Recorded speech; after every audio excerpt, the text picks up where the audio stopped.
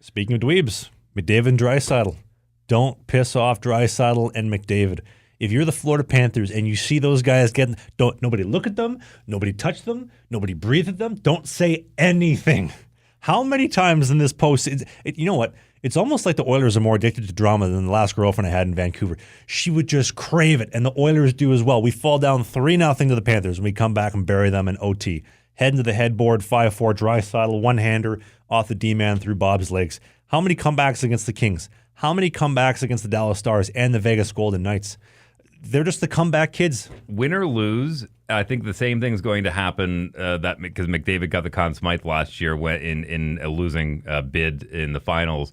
Draisaitl is already locked up. 4 overtime winners. So, start chiseling his name in now to the Conn Smythe. Like, that's unbelievable. Start the car. It always blows me away. I mean, they always say records are made to be broken, but the fact that 4 overtime winners. The CBC calls it the overtime magic. They like to show the overtime winners. The fact that 4 of them, and he scores it one-handed. Like, it's just mind-blowing. I'm curious to know your thoughts on this, because you mentioned McDavid and Draisaitl, and those are the first 2 names that come to mind when you mentioned the Edmonton Oilers. They're the heart and soul of that team. No one's debating that. You're telling me Skinner's not the heart and soul of the Oilers? Once upon a time, when the Vancouver Canucks made their cup run, in that era, not that year, but in that era, they had Naslund, Bertuzzi, Morrison. Like, they had their crew, and it became like those are the guys. Like you said, there's those guys, and then a whole pile of poop, and then the rest of the team. Do you think the dressing room has that culture? Because I don't think they do, based on what Corey Perry. There's not rumors, but there's reports going around right now that the worm stood up in the middle of that room, and he's the one that got them fired up in that second period to make the comeback and tie it up 3-3 going into the third. Now listen, I'm no doctor, but I have stayed at the Holiday Inn Express before. I'm telling you firsthand, the Oilers got a fantastic locker room. If you watch the video when Hyman gets busted up and he's out for the playoffs and Draisaitl's FaceTime and, hey, Hymo, what's up, buddy? Or McDavo, pass the Saki, pass the Clearfeld. They have an incredible locker room.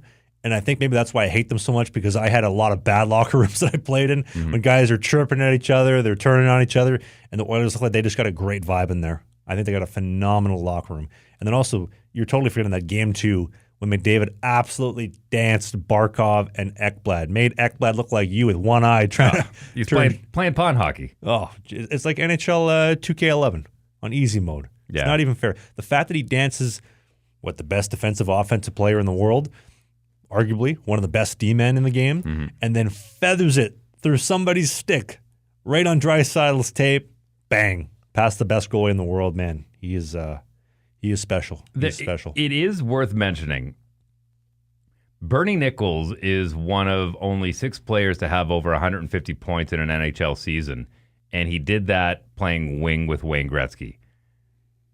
Leon Draisaitl is fantastic. Nobody's denying that. Could he do it on his own? Like, if he gets shipped, if they lose and he gets shipped, can he do that elsewhere? Or if Connor goes back to Toronto? He's a free agent next summer. He hasn't signed a deal.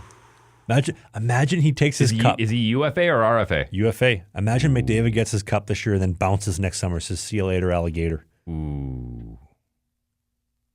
Yeah, it's going to be a fun offseason.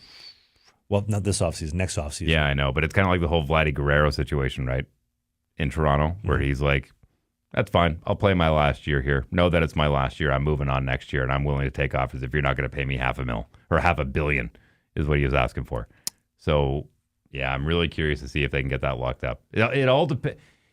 It all depends on Stuart Skinner. You're jumping from the fire pan into the fire if you're going from Edmonton to Toronto when it comes to the fans and when it comes to the scrutiny. Edmonton is a smaller market by about a quarter in comparison to Toronto, but I think the heat is just as high. Fans piss me off too. Both fan bases, Oilers and Leafs fans, stink. They're very comparable. They really are. The Oilers are the new Leafs fans. You know what pisses me off the most about Edmonton Oilers fans? Now, we love the people of Alberta, the great, soon-to-be 51st state of Canada. My birth province. The people that are the Oilers fans, these people will stand up and fight you any day of the week, whether McDavid is better than Draisaitl or who deserves the Conn Smythe trophy, but not one of them will stand up to stop our country being plunged into poverty in the third world the last 10 years. Absolutely makes me shake my head. But Stuart Skinner, though. We do a hockey podcast called Sling the Biscuit every single Sunday. The clips, the bite-sized chunks are right here. Only the hits, the full-length show, which you don't want to miss, is right here. That's Dave. I'm Travis. We'll see you soon.